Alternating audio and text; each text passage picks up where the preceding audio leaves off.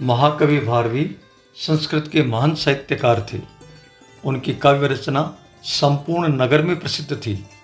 एक और जहाँ सारा नगर उनकी रचनाओं का प्रशंसक था, वहीं उनके पिता उनकी रचनाओं के सबसे बड़े आलोचक थे।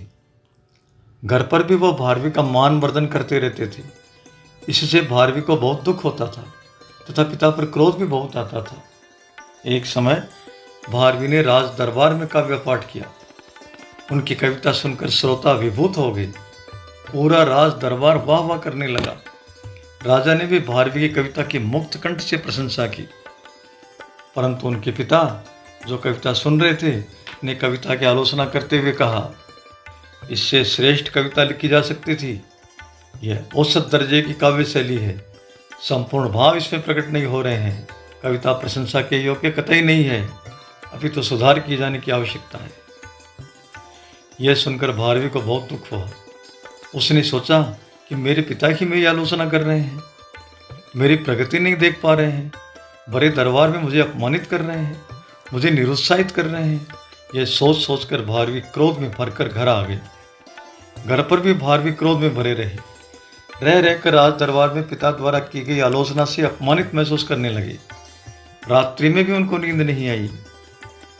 पिता से बदला लेने के विचार आ रहे थे। क्रोध का आवेश इतना बढ़ गया कि हाथ में चाकू लेकर पिता को मारने के संकल्प से उनके कक्ष की ओर बढ़े। कमरे में भारवी के माता पिता आपस में बात कर रहे थे। खिड़की से आवाज आ रही थी, जिसे भारवी ने ध्यान से सुना।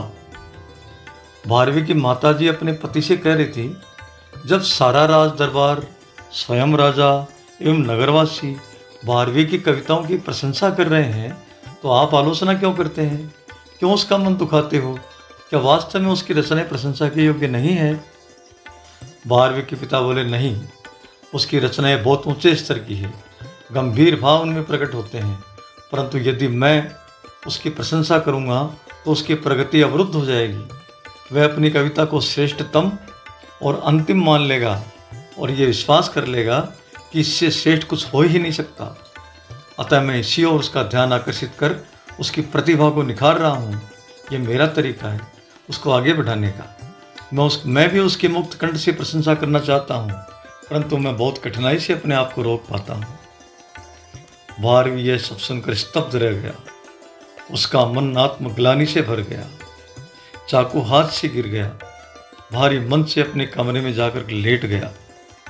प्रातःकाल भारवी अपने पिता के कमरे में अपराध बोध से भरा हुआ गया तथा उनके चरणों में अपना शीश रखकर रात्रि में जो कुछ सुना उसके संबंध में बताया और कहा कि पिताजी, मेरा ये अपराध कि मैंने आपको मारना चाहा क्षम्य नहीं है। तथापि मैं आपको विनीत स्वर में कह रहा हूँ कि मेरे लिए योग्य दंड या प्रायश्चित जो भी उचित हो वह कहें, जिससे मैं इस आत्मग्लानि से मुक्त हो सकूं।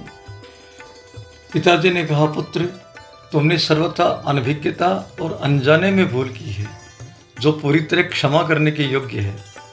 परंतु यदि तुम्हारा अपराध बोध कम नहीं हो रहा है तो इसका प्रायश्चित यही है कि तुम कुछ वर्षों तक अपने ससुराल में रहकर गौ सेवा करो तथा ससुराल जनों को प्रसन्न करो। इससे तुम आत्मग्लानि से मुक्त हो जाओगे। भारवी पिता की आज्ञा के अनुसार ससुराल में गए। गाय चराने लगे। वो किसी पेड़ के नीचे बैठकर तालपत्र में रचना लिखने लगे तथा अपने प्रायश्चित का समय व्यतीत करने लगे। एक दिन बहुत बड़ा व्यापारी अपने दल के साथ उस रास्ते से जा रहा था। उसने भारवी को पेड़ के नीचे बैठे हुए कुछ लिखते देखा। उसको कौतूहल हुआ तथा वह घोड़े से नीचे उतरकर भारवी के पास आया और पूछा, तुम क्या लिख रहे हो? भारवी ने कहा, मैं संस्कृत के महत्वपूर्ण श्लोकों की रचना कर रहा हूँ। यह श्लोक भविष्य में मानव जाति के लिए बहुत उपयोगी होंगे तथा कठिन समय में उनको मार्ग दिखाएंगी। यह अमूल्य है तथा इससे मनुष्य जीवन में बहुत लाभ होगा। व्यापारी ने कहा, तुम कोई श्लोक मुझे दे सकते हो? भारवी ने कहा कि यह श्लोक बहुत अधिक मूल्यवान है। क्या आप एक श्लोक का मूल्य 1 सहस्त्र स्वर्ण मुद्राएं दे सकते हैं? व्यापारी ने एक क्षण के लिए सोचने लगा। अगले ही क्षण उसने स्वर्ण मुद्राओं की थैली भारवी की ओर बढ़ाकर एक तालपत्र पर लिखा हुआ श्लोक प्राप्त कर लिया। भारवी ने कहा, यह श्लोक उस समय पढ़ना जब तुम घोर संकट में हो, उस समय तुमने इसका अर्थ को समझकर कर्म किया तो इसके अमूल्य होने का अनुभव तुम्हें उसी समय प्राप्त होगा। व्यापारी कुछ दिनों की यात्रा के उपरांत अपने घर पहुंचा। उसका भव्य आवास था, विशाल भवन, सुंदर प्रांगण। वह 20 वर्षों के उपरांत लौटा था। उसने सोचा कि देखना चाहिए पत्नी कैसी है, कैसी दिख रही है, घर का वातावरण कैसा है। यह सब सोचकर वह खिड़की के पास गया और पत्नी के कमरे में झांका। अंदर का दृश्य देखकर उसे गहन सदमा लगा। उसने देखा कि पत्नी की पलंग के पास ही दूसरी पलंग पर एक सुंदर युवक सो रहा है। यह देखकर उसके मन में विचार आया, क्या पत्नी पतित हो गई है, दूसरे युवक से प्रेम करने लग गई है, उसे धोखा दे रही है। व्यापारी आवेश और क्रोध में भर गया। उसने तलवार निकाल ली। ऐसी चरित्रहीन एवं छल करने वाली पत्नी तथा उसके प्रेमी दोनों को जीवित रहने का अधिकार नहीं है। जो उसे उन दोनों की हत्या करने का विचार आया, एक अन्य बात उसके मन में आई। उसने भारवी के दिए हुए श्लोक को पढ़ने की आवश्यकता अनुभव की, क्योंकि उसके समक्ष घोर संकट उपस्थित। उसने वह तालपत्र निकाला और खोलकर पढ़ने लगा।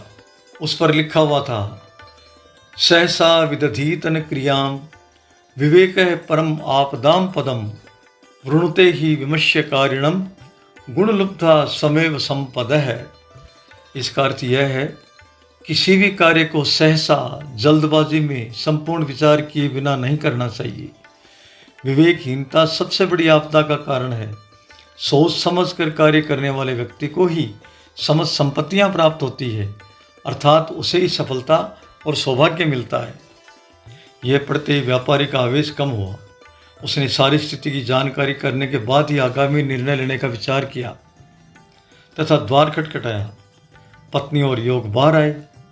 पति को देखकर पत्नी बहुत प्रसन्न हुई तथा पास खड़े युवक से बोली, जब तुम गर्भ में था ना, उसी समय तेरे पिताजी विदेश कमाने के लिए चले गए थे।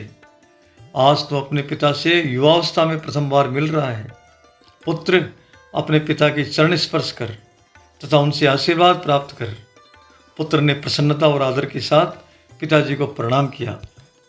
व्यापारी सोचने लगा कि यदि आज मैं भारवी के श्लोक को न पढ़कर निर्णय ले लेता तो कितना बड़ा अनर्थ हो जाता।